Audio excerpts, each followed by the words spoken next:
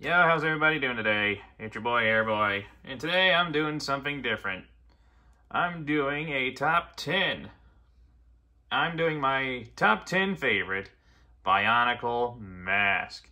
Now my two handsome assistants here, Nakara and the Cavo, will be assisting me. Now, before we get started, let me lay down a couple ground rules. Number 1. This list will only include masks from Generation 1. Because, the Generation 2 mask, aside from design, really didn't have that much, that stood out. Rule number 2. This list will only consist of masks that have appeared in toy form. And it just so happens I'm lucky enough to have all 10 of my favorite masks. Alright, and number 3. This is my personal opinion. If you don't agree with it, I don't care. That said, let's get things going, shall we? At number 10, we have the Kanohi Calyx, the Mask of Fate. Notable wearers of this mask are Toa Jaller from the Toei Anika team.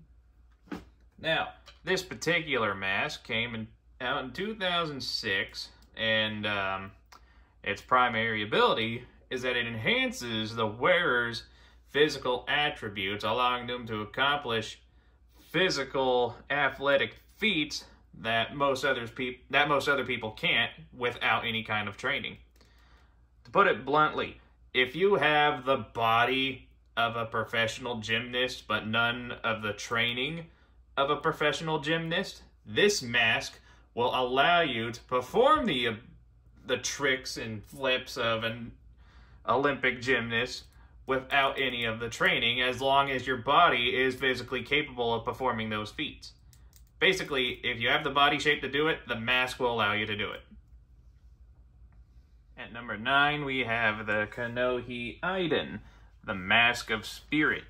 The wearer of this mask is capable of separating their spiritual form from their physical body. While in their spiritual form, the wearer cannot use any of their elemental abilities, and they are essentially a ghost. No one can see them. They can fly around, go through walls. Basically, you have all the abilities of a ghost, and like I said, unless certain characters are wearing like a mask of sonar or a mask of truth, they cannot be detected while in the spiritual form. And they can use this spiritual form to investigate and travel to places that wouldn't be reached normally by a living person. Now, naturally, when you separate from your physical body while wearing this mask, your physical body goes limp and is completely vulnerable. So, if anything happens to your body, the spirit will fade away over time. And while in the spiritual form, the wearer can possess any bodies that don't already have a spirit within them, or autonomous robots with no spirit at all. This is a pretty interesting mask, to say the least. Notable wearers of this mask are Matoro, also from the Toei Anika team. At number 8, we have the Kanohi Road, the Mask of Truth. Notable wearers of this mask are one of my favorite Titan characters, Axon. Now, this mask allows the wearer to see through any kind of deception or lie. Basically, it's a lie detector you wear on your face. If you're lying straight to the wearer's face, he'll know it. If you're planning something sneaky, he'll be aware of the situation. If you're attempting to hide yourself, he will see it. No form of lie or deception can be kept from the wearers of this particular mask. And that's I just think that's a really interesting mask power that's also very, very useful. One more thing I forgot to mention with the last two masks, they also came out in 2006. Anyway, as for this one has technically been around since 2006, but didn't officially appear in a set until 2009. Well, at least in the form it's currently in. The Kanohi Ignika, the Mask of Life. This is easily one of the most powerful masks throughout all of Bionicle. And it is kind of low on my list, but, it's on the list. So, and there are dozens of masks that are not. So the fact it's actually on the list means something. And The reason it's so low on my list is because despite the impact it had on the story, yeah, it's just really hard to get a hold of this particular mask. Like, it only came out in 2 colors officially. Silver, which was relatively easy to get, and gold, which is how it appeared the most throughout the story. It only came with 1 big-ass set, which is impossible to find now. Like, if I had to guess, I'd say only maybe 3 in every 10 Bionicle enthusiasts are lucky enough to have the official version of this mask. Anyway, this particular mask allows its wearer to evolve or devolve living and inanimate objects. It also has a telepathic connection to people. Like, it's able to communicate telepathically somehow. And it'll also curse most people who attempt to grab, steal, or wear it, forcing them to become its guardian or meet a fate worse than death. The primary purpose of this mask is to awaken a god, so I imagine it has all kinds of fail-safes to make sure it's not abused. A lot of people died and suffered because of this particular item in Bionicle, and I would say out of all the masks throughout the franchise, this one's probably had the second most impact on the story. Notable wearers of this mask include Vizon, Motoro, Toa Inika, and Toa Matanui. This mask from 2004 and 5 in 2 different colors. It also appeared in 2007 in a 3rd color. The Kanohi Pekui, the Mask of Diminishment. This particular mask allows its wearer to shrink down to a size roughly about 6 inches and still maintain all their physical strengths and attributes. Basically, this mask allowed you to be Ant-Man. It had an interesting design, it was used by very interesting characters, and personally I just like it. It's a very interesting mask with a very cool power. Notable wearers of this mask include Taragaduma, Telenorik, and the Matoran, whose name I can't quite remember. It's weird that I do. Oh, Dakar, I think that was his name, Dakar. He was from 2007. At number 5, we have the Kanohi Jutlin, the Mask of Corruption. Notable wearers of this particular mask, as far as I'm aware, include the Matoran Rydiak, I think that's how you pronounce his name, and the Makuta Antraz. Now, this particular mask allows its wearer to basically cause any inanimate object to decay and rot away into nothing, which can be very useful and very horrifying at the same time, because you can use it to, like, dissolve weapons and armor and remove big obstacles. Like, it can be quite intimidating.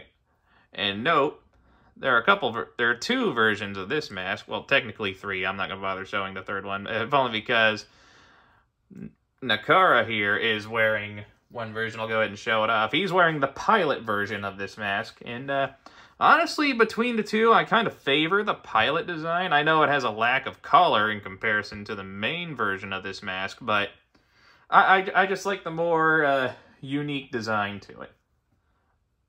And this mask came out in 2008. At number 4, we have the Kanohi with no unique name. It's just referred to as the Kanohi Mask of Scavenging or the Kanohi Vulture. You know what? We'll call it the Kanohi Vulture, the Mask of Scavenging.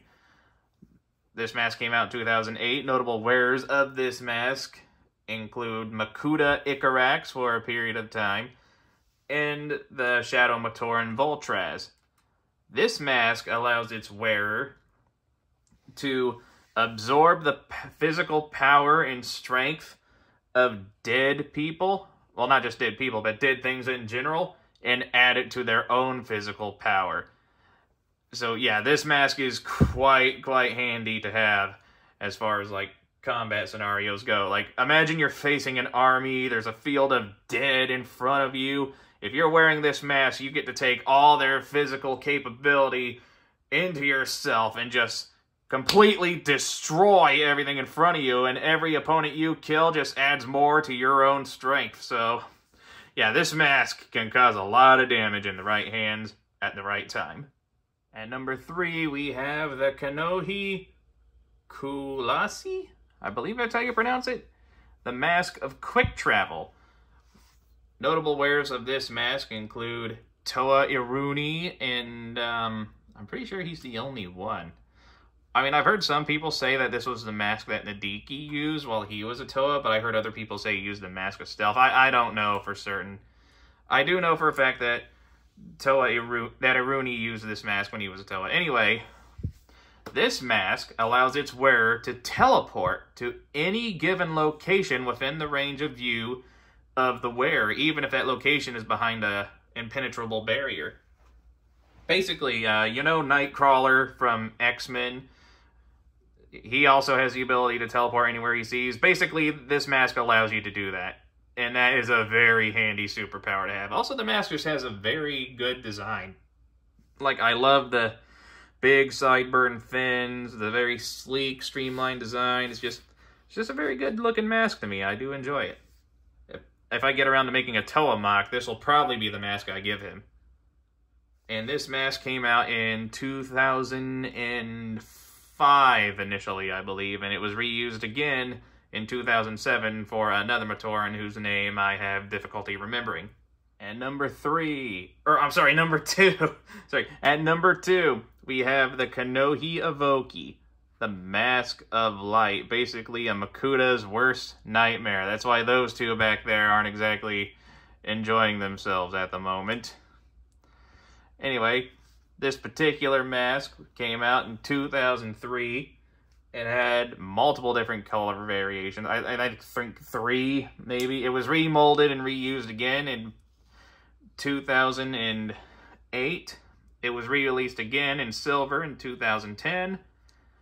And the only notable wearer of this mask that I'm aware of is Takua, who would later become the Toa of Light Takanuva. Now, the wearer of this mask is granted the elemental abilities of light, and it would also allow them to see the inner light of other beings, and basically it would make other people seem more, or be more morally right, you know? Like, it brought out the best of certain people, and because of the elemental light powers, it was a nightmare for anyone connected to the power of shadow. So, yeah. And honestly, out of all the masks, I feel this one had the most impact in the story. It was around roughly at the beginning. It was given to a character who we were with for 3 to 4 years, who we saw the entire Bionicle world through. And I just like the mask all around. Now, before we get to number 1, we're going to go over a couple honorable mentions. Honorable mentions, we have the Kanohi Kakama, the Mask of Speed. Note, for any of these masks to be my favorite, they have to either have a design that's really appealing to me, or a power that's really appealing to me. And, the design for this one was just bad enough. I mean, it's not terrible. I don't hate it. It's just, I don't favor it as well as I do some of the others, so it didn't quite make it onto the list. I do, however, think it has a good power, and for that alone, it deserves an honorable mention. As the name would suggest, this mask allows the wearer the gift of super speed. Basically, you know, you turn into Sonic the Hedgehog. You run really, really fast. Deliver rapid-fire punches. And, suppose the top speed of the wearers of these masks is unknown, but according to a video I watched, Pohatu, one of the known wearers of this mask, was able to go across nearly a third of the entire island of Matanui, which is about the size of a small continent, in less than a few minutes, supposedly clocking him faster than the speed of sound, which is quite impressive. And I believe this mask also increases the wearer's reaction time as well, which, you know, you would need really good reaction time or to run as fast as the speed of sound. So, yeah, that's the first honorable mention. For our second honorable mention, we have the Kanohi-Ro, the Mask of Translation. Oh, and one thing I forgot to mention, the last mask of the Kakama came out in 2001. This mask came out in 2004 and was used again in 2006 in a lighter shade of blue. The mask allows its wearer to read and understand every written and spoken language possible. At least everything that exists in the Bionicle universe, and I think that is a very handy little ability. Also, I do like the design. Even though it only came in shades of blue like this one, this mask design is very good. I do like the visual appeal of this mask. The semi-transparency, just the little details on it to help make it pop. It looks really, really good. And also, the mask power is, like, super, super useful. I mean, the only reason that I didn't include it on the main top 10, and it's just an honorable mention, is because, I mean, it's okay, but, you know, it's great. I mean, I love it. I do love it, but, you know, I just love the other mask more. Like, the other mask just barely beat it out by that much. Well, anyway, that's the second honorable mention. Alright, the last honorable mention before we get to our number 1 mask is the Kanohi-How, the Mask of Shielding. Notable wearers of this mask include some of my favorite Bionicle characters, Toa Likan and Toa Tahu. There have been a few different versions of this mask, but it first came in 2001.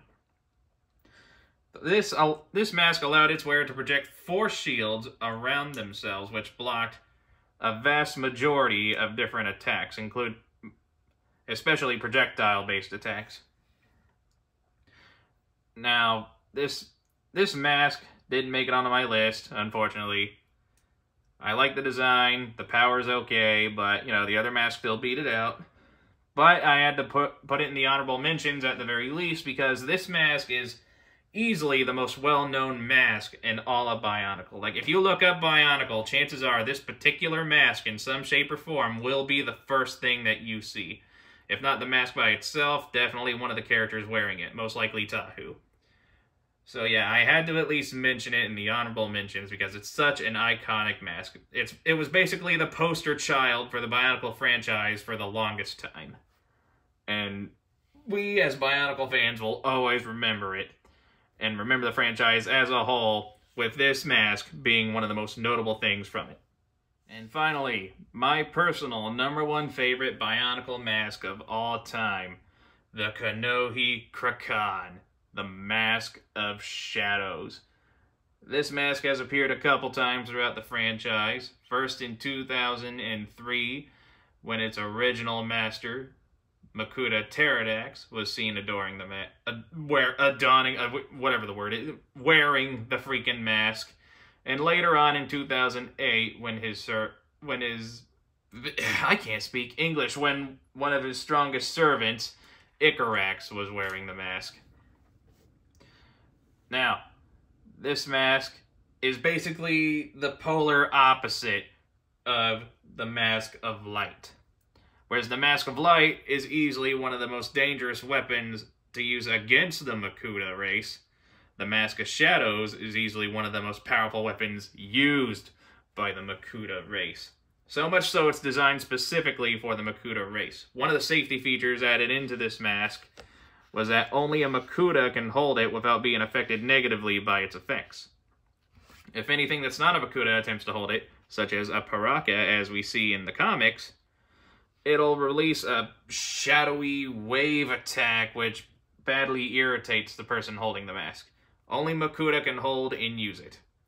This mask instills fear, anger, and hatred into... Or the wearer can use the mask to instill fear, anger, and hatred into his enemies, and allows the wearer to also see other beings' inner darkness. And naturally, it intensely improves the wearer's ability to use the element of shadow.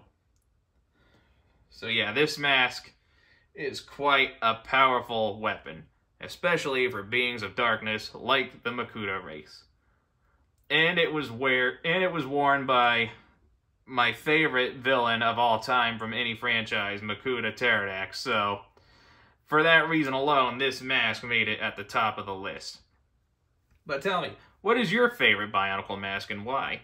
Who are your favorite characters? Do you have any interesting mocks that have certain alignments with certain characters? Tell me anything that you like about Bionicle. Not just the mask, just anything. What does Bionicle mean to you? Tell me your favorite mask, your favorite character. Yeah, literally anything, any one thing that you like about Bionicle, I want you to share it with me. So anyway, this has been my top 10 favorite Bionicle mask. If you enjoyed this video, hit that like button, leave a nice comment, and enjoy the rest of your day. I think the next top 10 video I'll do will be my top 10 favorite Bionicle weapons. That could be a fun one. And until then, I'll see y'all next time. Bye-bye. Oh, wait, I can't go yet. There's one more thing I need to cover. Another reason I like this mask, it's one of only 2 masks that I'm aware of that have dual faces, which just gives you more options for mocks and stuff. But, you know, me personally, this is the way I see it on the sets, so it's the way I use it on my sets. And the way I display it whenever I do. So yeah, anyway, I did the outro already. Bye-bye.